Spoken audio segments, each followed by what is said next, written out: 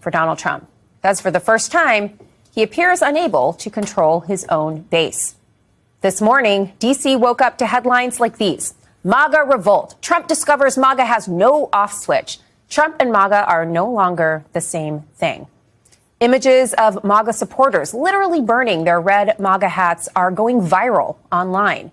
And all of this comes a day after Trump berated Republicans as, quote, stupid and foolish for wanting more information about the disgraced financier who died by suicide while in federal custody.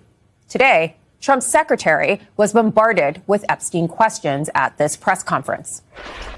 Does the president believe that justice has been served in the Epstein case? Does he have knowledge or an understanding of what is in the files related to Epstein that have not been released? Has the White House been directly in touch with some of the MAGA influencers that are still not satisfied? The president said that he floated the idea of a special prosecutor in the Epstein case. Can you confirm that? Do you know what the president's reaction was to Mike Johnson saying that he wants additional files released? Was there a conversation with Mike Johnson about that following his comments? There's been a lot of discussion about the Epstein files and the president's comments yesterday calling it a hoax. Can you clarify which part of the Epstein hoax is the hoax part? An absolute barrage of questions with no relief in sight. Politico writes this, quote, Trump is like a magician who has locked himself in a straitjacket, only to find that he's lost his ability to maneuver out of it and finds his audience turning on him. Among those now speaking out are Trump's former vice president, Mike Pence, as well as top GOP senators and the MAGA broadcasters. I think the time has come for the administration to release all of the files regarding Jeffrey Epstein's investigation and prosecution. Maybe I'm just getting old and forgetting things, but I could have sworn that we had people campaigning, and if I get elected, we're going to release the files, right? Yeah. So yes. Release the damn files. Get over it. It's the administration and their handling of this, which is why everyone's talking about it. It didn't have to be handled this way. It's been abysmal. I am trying to get you to take the political gun out of your mouth. You already blown both your feet off. And now you got it shoved in your mouth.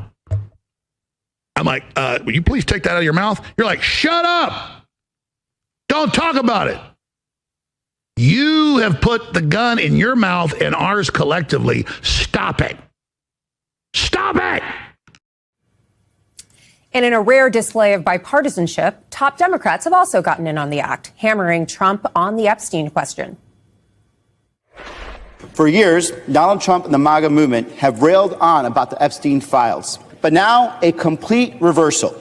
Trump is straight up gaslighting the American public. The president had run on a campaign with a promise to expose the Epstein files.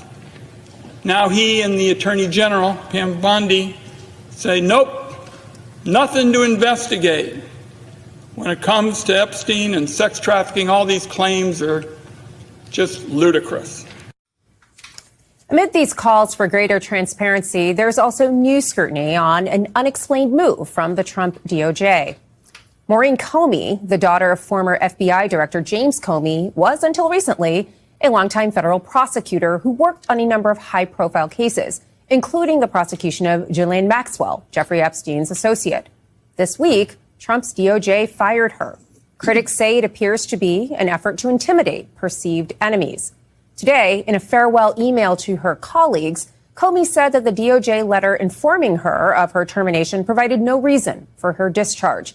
In the email, which MSNBC has obtained, Comey issued a sharp warning to her colleagues in the Southern District of New York, saying, quote, if a career prosecutor can be fired without reason, fear may seep into the decisions of those who remain.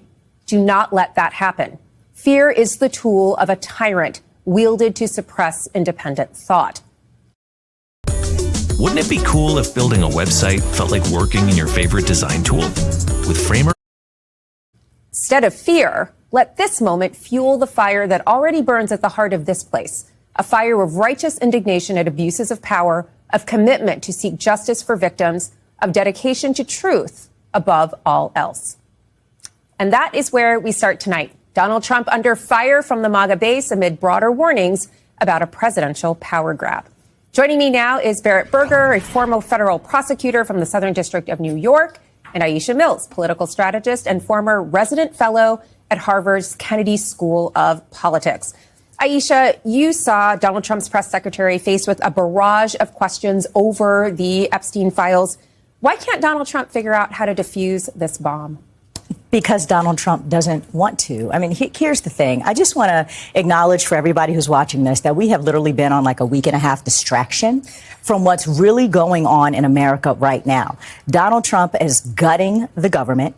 They literally just rescinded $9 billion in foreign aid. They're trying to shut down public broadcasting. They're taking Medicare from people, Medicaid from people.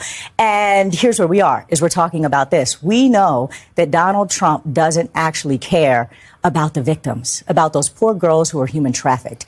I think right now we need to be focusing on actually the victims of this and trying to get justice for them. And that's not something that Donald Trump is ever going to talk about. I don't disagree, but he is losing his base over this. Like, there are folks in the Maga faithful who are angry and they are baying for blood. Barrett, do you think the DOJ actually has more information than they're letting on here, and that there's something to these calls for transparency? Well, I'm sure the DOJ has, thousands and thousands of pages of information that they produced in discovery. But the problem is not all information is sufficient to be released to the public. Here you're going to have hours and hours of child pornography that was captured on these recordings. You're going to have information that identifies victim, that gives personal stuff about them. You're going to have information that was gained through judicial process, like a grand jury, that simply cannot be disclosed according to law.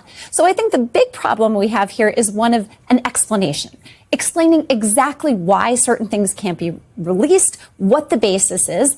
It may not satisfy people who really had their hearts set on getting their hands on this, but just because they can't see it doesn't mean they should.